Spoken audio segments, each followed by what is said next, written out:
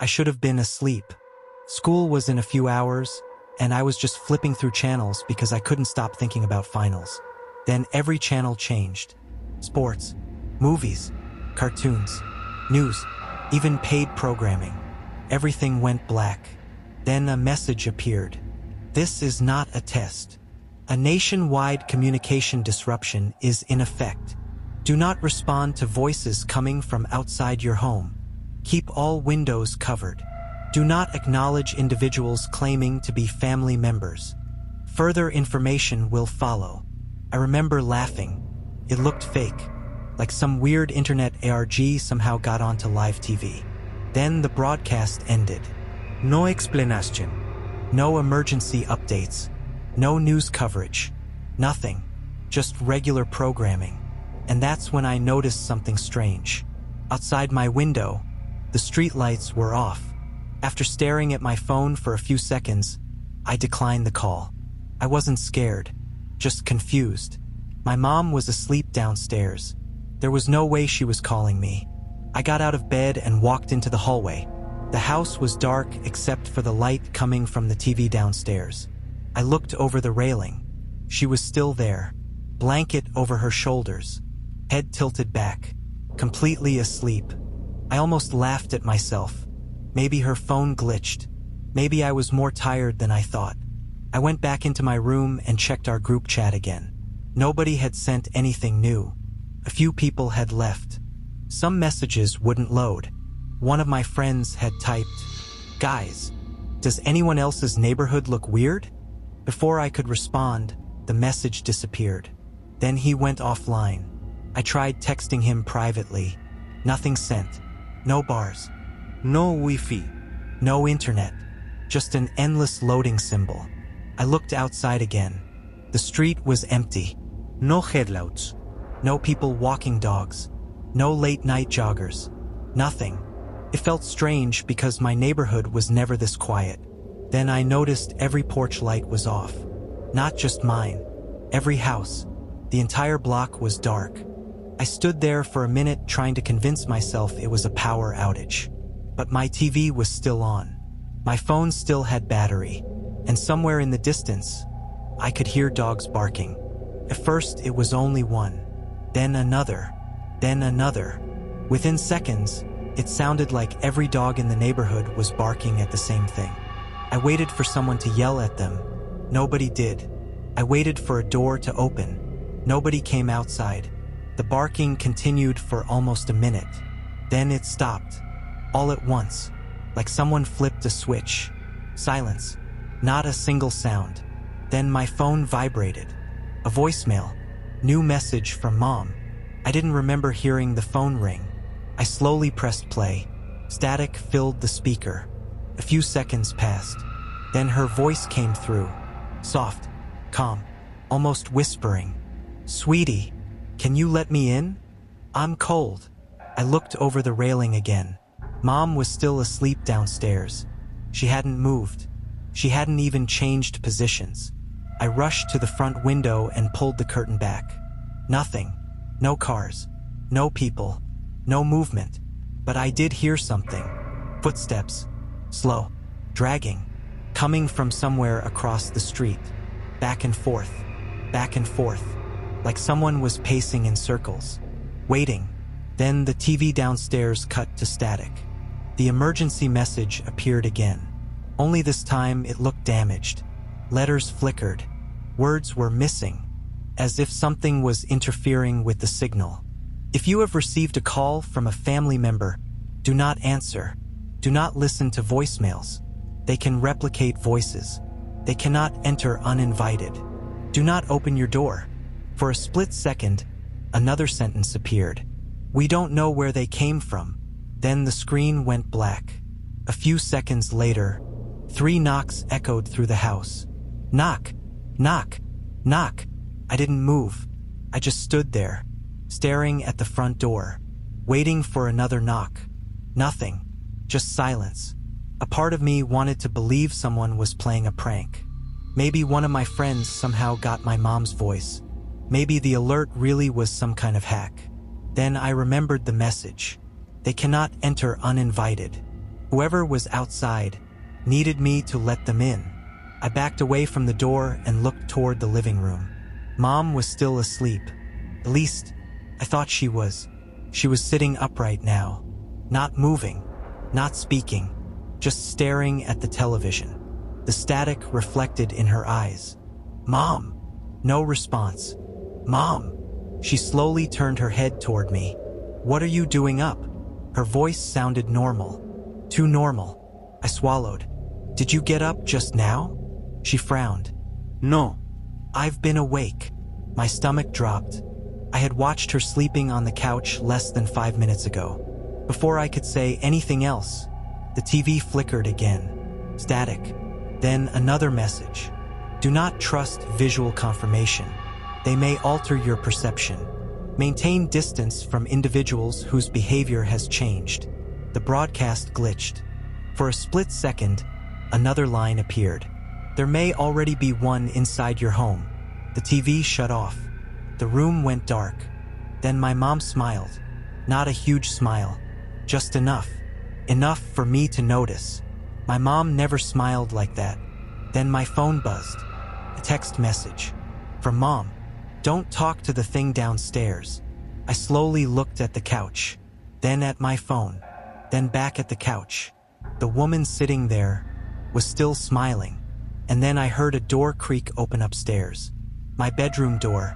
Something had just come out. The upstairs door stayed open, just slightly, like it had been disturbed, not used.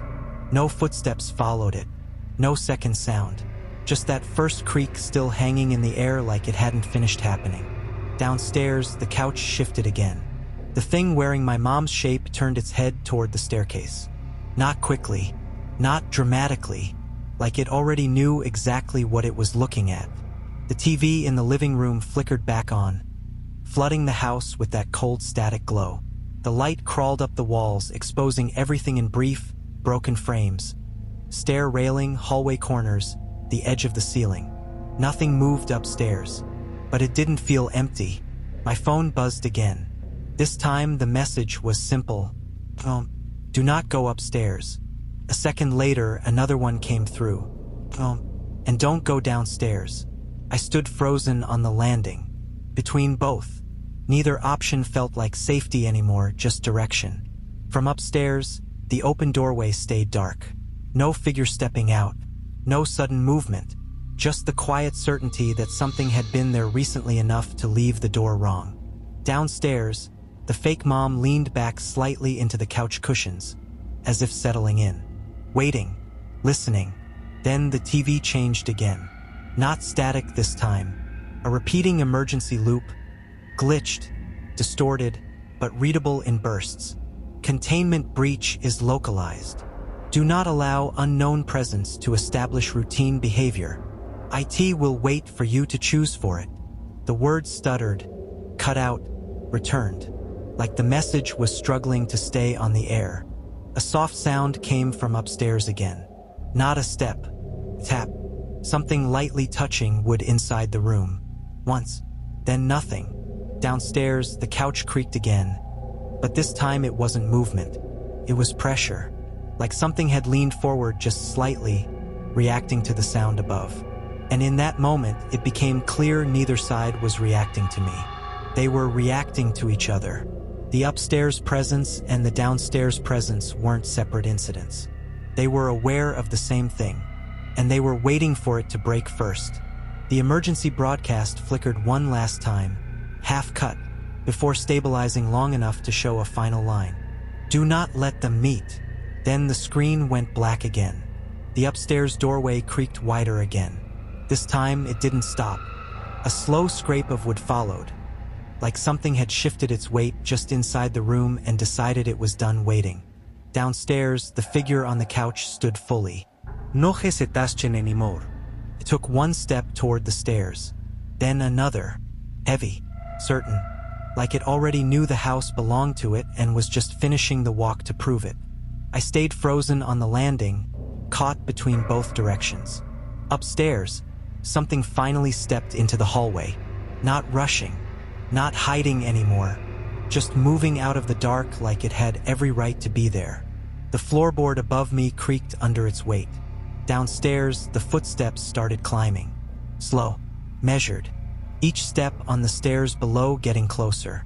The same rhythm, but not matching, not synced. Like two separate people were coming for the same place at the same time. The air felt tighter with every step. Upstairs, I could see a shape now in the dim light spilling from my room. Tall enough that it had to duck slightly under the doorway frame. Its movements were wrong in a simple way. Too steady, too direct, like it didn't care about noise anymore. Downstairs, the imitation of my mom reached the middle of the staircase. I heard the wood groan under its weight, then stop. Both of them paused at once, like they had finally reached the exact same distance from me. And then they both started moving again. Fast. Upstairs came first. A sudden drop in weight, then a heavy sprint down the hallway. Downstairs answered immediately, rushing up the last steps. No more slow build, no more waiting, just impact coming from both directions at once. I backed up instinctively against the wall as the landing filled with sound. Thudding footsteps above, pounding steps below, wood shaking under pressure from both sides. The upstairs one reached the top of the stairs first. I saw it clearly now. No face I could focus on, just movement and intent, closing distance fast. Behind me, the stairs exploded upward as the downstairs one reached the landing. Both of them hit the top at almost the same time. The impact wasn't clean. It was violent, chaotic, bodies colliding in the narrow space between floors, slamming into railings, into walls, into each other without hesitation or hesitation or hesitation. The last thing I saw before everything collapsed into motion was both of them turning toward me at once. Not because they noticed me, because I was in the way, and neither of them planned to stop. I don't think. I just go for the back door. Every step feels loud, too loud, like the house is making sure it hears me leave. Behind me, something crashes through the hallway into the kitchen. The sound of wood snapping follows immediately after. Closer, I grab the back door handle. Locked. I hit the deadbolt with my thumb, twist it hard. It sticks for half a second. Another crash behind me, closer now in the kitchen doorway. I shove my shoulder into the door. It finally clicks open. Cold air hits me the second it gives. I don't wait. I run. I hit the back steps fast, almost falling down them, and land in the yard hard enough to feel it in my legs. Behind me, the kitchen door slams open fully. Something comes through it immediately. No pause. No hesitation. I sprint across the yard. Fence ahead. I don't slow down. I jump, grab the top, pull myself up with everything I've got. Something hits the fence right as I'm going over it, hard enough to shake it. I drop down the other side into the alley.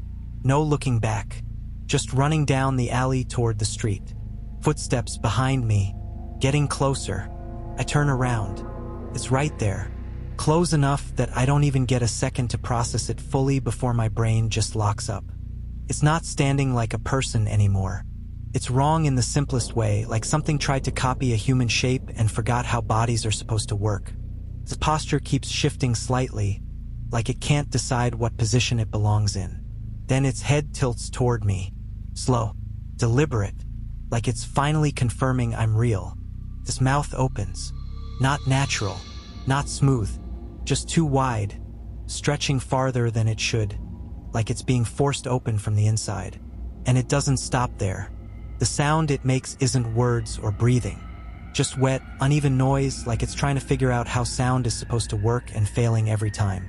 For a second, neither of us moves. Then it takes a step forward. Run. I don't wait for it to finish moving. I run. Hard. My shoes hit the pavement wrong at first, like my legs need a second to remember how to work. Then it locks in and I'm just gone. Full sprint down the alley, straight toward the streetlights ahead. Behind me, I hear it move. Not a chase at first. Just that first heavy step that tells me it decided I wasn't allowed to get away. Then another. Faster.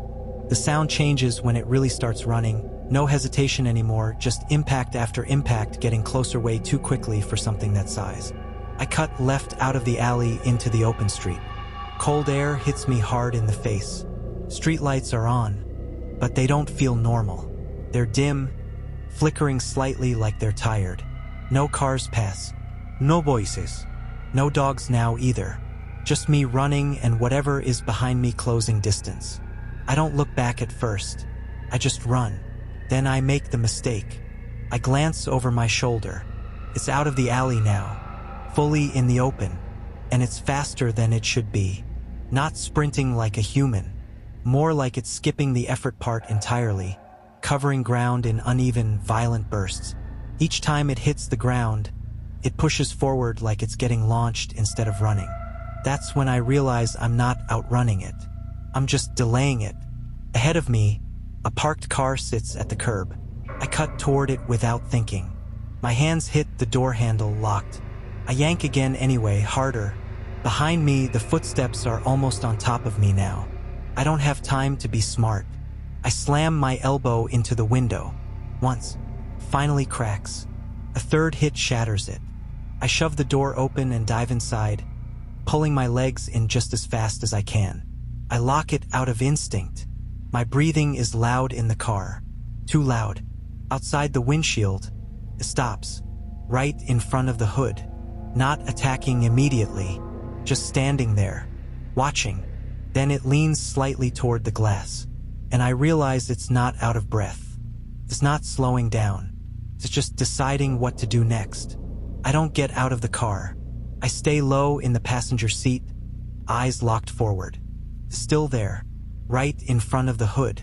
Not moving, just standing like it's decided the car isn't important anymore. Then the street starts changing. A porch light clicks on across the road. Then another. Not calm wake-up lighting, fast, chaotic. Like people are reacting to something already inside their houses. A front door opens down the block. A man stumbles out half-dressed, looking around like he missed the first half of a nightmare. He calls out for someone inside. No response. He steps off the porch, and something moves from the side of the house toward him. Fast. He's gone from view before he even finishes turning. The only thing left is the front door still swinging slightly. Inside the house, a woman's scream cuts off almost immediately. Another house lights up. Someone runs out barefoot, holding their phone out like it might help them see what's happening. They don't make it to the street. Something crosses the yard faster than anything human should move, and the person disappears behind a parked car. The phone clatters onto the pavement, screen still glowing. I can see the street through my windshield now like it's splitting open. More doors opening, more people stepping outside too late. Some don't even get the chance to understand what they're seeing before they're pulled back out of sight. And the worst part, none of it is random. It's moving house to house like a pattern, like it already knows the layout. The thing in front of my car finally tilts its head slightly, not toward me, down the street, like it's listening, like it's syncing with the others. Then it steps aside, not gone, just clearing space. And I realize it was never guarding me. It was waiting, because whatever is happening out there, I'm just one point on a much bigger map. And now the map is active. I stay in the car. For a second, nothing moves except the streetlights flickering above. Yellow stuttering over windless lawns, over curtains held back like they're watching too. Then the neighborhood breaks open. A porch light snaps on across the street. A door flies open hard enough to slam the frame. Light spills onto a step that suddenly looks too small for what's about to happen. Someone stumbles out, half-dressed, hair and shirt twisted like they were yanked awake mid-dream. They're calling name after name, voice loud, confused, trying to rewind the world to the beginning. Like if they get the right words out fast enough, they can catch whatever they missed. They don't get far. Something comes from the side of the house. Not a person-shaped figure, not something you can follow cleanly, just a sudden wrongness cutting across distance. A rush of motion, a jerk of the body like a marionette whose strings have been grabbed. The shouting stops almost instantly, not fading, snapped off, followed by a thick, wet sound that doesn't belong in daylight. The door behind them stays open, spilling light onto an empty porch that's quickly not empty anymore. There are footprints where there shouldn't be any, pressed into the boards and darkened, streaked with something too dark to be just night. Inside the house, movement writhes in the window. Shadows rushing, panic scrambling across rooms, objects tumbling. Then a sudden, total blackout like a hand clamped over the glass. The silence that follows is wrong in the way a room goes quiet after something breaks that everyone can hear. Another house lights up immediately after. Then another. It's like the whole street is waking up at the same time and realizing too late that waking up is the wrong move. People pour outside now. Some running, some frozen on the threshold with their mouths open, their eyes too wide, their phones held up like screens can ward off what's coming. Voices overlap. Names, prayers, questions that don't make sense anymore. Across the street, a man in sweatpants and a t-shirt sprints down his driveway, yelling for help, waving his arms like someone in the dark will grab him by the face and fix this. He looks back once, just once, toward his house. He doesn't make it to the road. Something crosses between two parked cars and reaches him before his next step finishes forming. The motion is so fast it steals the sight from your brain. 1 second he's mid-stride, arms out. The next second he's gone from where he was, like the world removed him with an edit.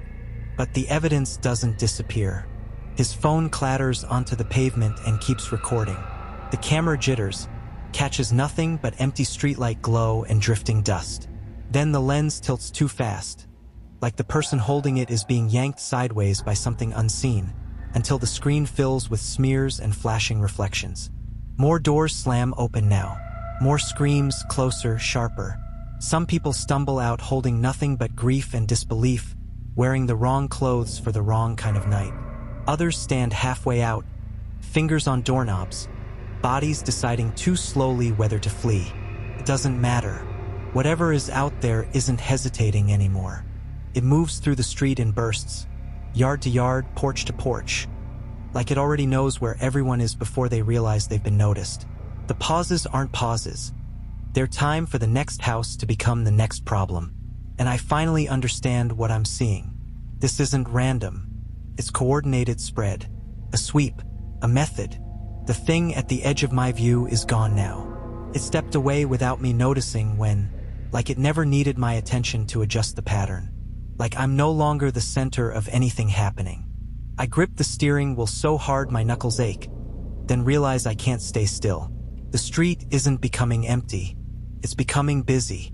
Every direction is part of it now. Every porch, every driveway, every strip of lawn between light and shadow.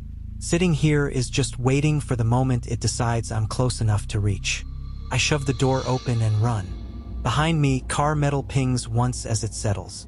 Ahead, the dark between houses looks thinner, like it's being stretched, like something is tearing through it. I can hear people calling out and then not calling out, and then the sound of bodies hitting ground in ways that don't bounce.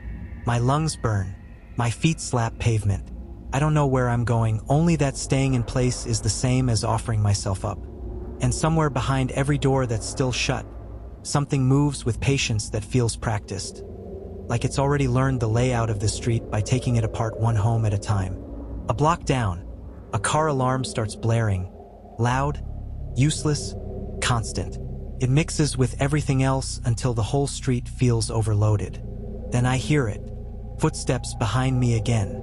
Not close yet, but consistent, keeping pace without fully committing. I turn a corner into a side street. It's darker here, fewer lights, quieter but not safe quiet, the kind that feels temporary. A few houses still have doors open, as if people fled in a rush and didn't bother to close anything behind them. I slow just long enough to catch my breath, and then I see it, not right behind me, ahead, at the far end of the street. Another one, standing still, facing this direction, not moving, waiting. I freeze for half a second, trying to process the distance, the angle, the fact that it's already ahead of me when I just ran away from behind. Then the sound behind me changes. The footsteps stop being distant.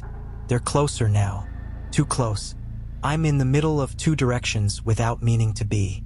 The one ahead finally shifts its weight, just slightly, like it's noticed I'm no longer where I was supposed to be. And behind me, something starts running again. I'm not sprinting straight anymore. My legs are shaking so hard I can barely keep moving. I duck into a tighter alley, squeezing between parked cars and overgrown hedges, trying to lose any line of sight from both sides. The noise behind me spreads out, no longer a single chase but a bunch of different directions moving at once. It's like I'm not being tracked individually. I'm just stuck in a chaotic mess that's happening everywhere. I crouch behind a van, breathing heavy, trying to think. For the first time since this nightmare started, I don't hear anything right behind me. Just distant chaos. Far away, not immediate. That feels off. I crawl forward slowly, staying off the main road. 2 blocks later, I see something different. Normal porch lights. Not flashing emergency lights. Not panic. Just regular house lights. A garage door open. A family car sitting in the driveway. And real voices. I freeze at the corner. A small group of people, 4 or 5, are standing outside the house, confused. No running, no screaming, just talking over each other, scrolling on their phones. One guy says, "It's probably a system outage." Another keeps looking down the street like they're waiting for traffic that isn't coming. For a second it feels almost normal, like I've stepped out of the horror. Then I notice something. They haven't seen anything yet, or they have and don't get it. One of them glances my way. I step back, half hidden by the corner. They don't act like survivors. They act like they're still trying to make sense of it, hoping there's some explanation that will make it all make sense. One of them starts walking toward the sidewalk, phone out, trying to get a signal, trying to call someone. I realize I'm ahead of them in fear, but they're behind me in understanding. Whatever's coming next is going to close that gap fast. From farther down the street, something moves again. Not close enough to see clearly, but close enough that the group goes quiet. They're starting to notice. I turn the corner, heart pounding, and see a gruesome scene that makes my blood feel thin in comparison. A rope is tied to a rusted pipe sticking out of an abandoned shed. From that rope hangs a body, its limbs splayed outward like a twisted marionette. The rope has sliced deep into the neck, and a dark stream of blood drips steadily onto the concrete, forming a shiny puddle that reflects the porch light. I stay where I am for a second too long, watching them. The group outside the house is still arguing, still trying to make sense of everything in a way that feels normal. Like if they say the right explanation out loud, the night will obey it. One of them finally starts walking toward the sidewalk, phone up, still trying to call someone, still acting like there's a system that will respond. From farther down the street, something shifts again. Not loud, just movement changing direction. The kind of movement you notice before you understand it. The group goes quiet. One of them finally looks past me. Not at me, past me, down the street. And that's when the realization hits their faces at different speeds. Confusion first, then silence, then the shift. The moment they understand that whatever they thought this was, it isn't contained to one place or one house or one event. Someone says, "What is that?" Too late. They start backing up toward the house. One of them stumbles into the doorway and pulls someone else inside. The door slams shut. The porch light stays on. And then everything outside it feels exposed. I move without thinking anymore. I leave the corner and cut across the street, staying low, heading toward the next block. Not because it's safer, but because staying still is worse. Behind me, I hear shouting start again from the house. Then the sound of scrambling inside. Then the lights flicker. I don't stop to see what happens. I keep moving. A few blocks ahead, the street opens into something bigger, an intersection. And this is where it changes again, because I see more people. Not just panicked ones, not just scattered ones. A larger group gathered near a corner store that still has its lights on. Too many of them, some standing outside, some inside through the glass, all of them talking at once. And for the first time since this started, it looks organized, like survivors trying to form something out of chaos. Someone is waving people over. Someone else is pointing down the street, arguing about directions. A few of them are looking at me now as I approach from the side street. Not afraid yet, just unsure. And I slow down for the first time. because this is the first place that feels like it could become something stable. If it lasts long enough,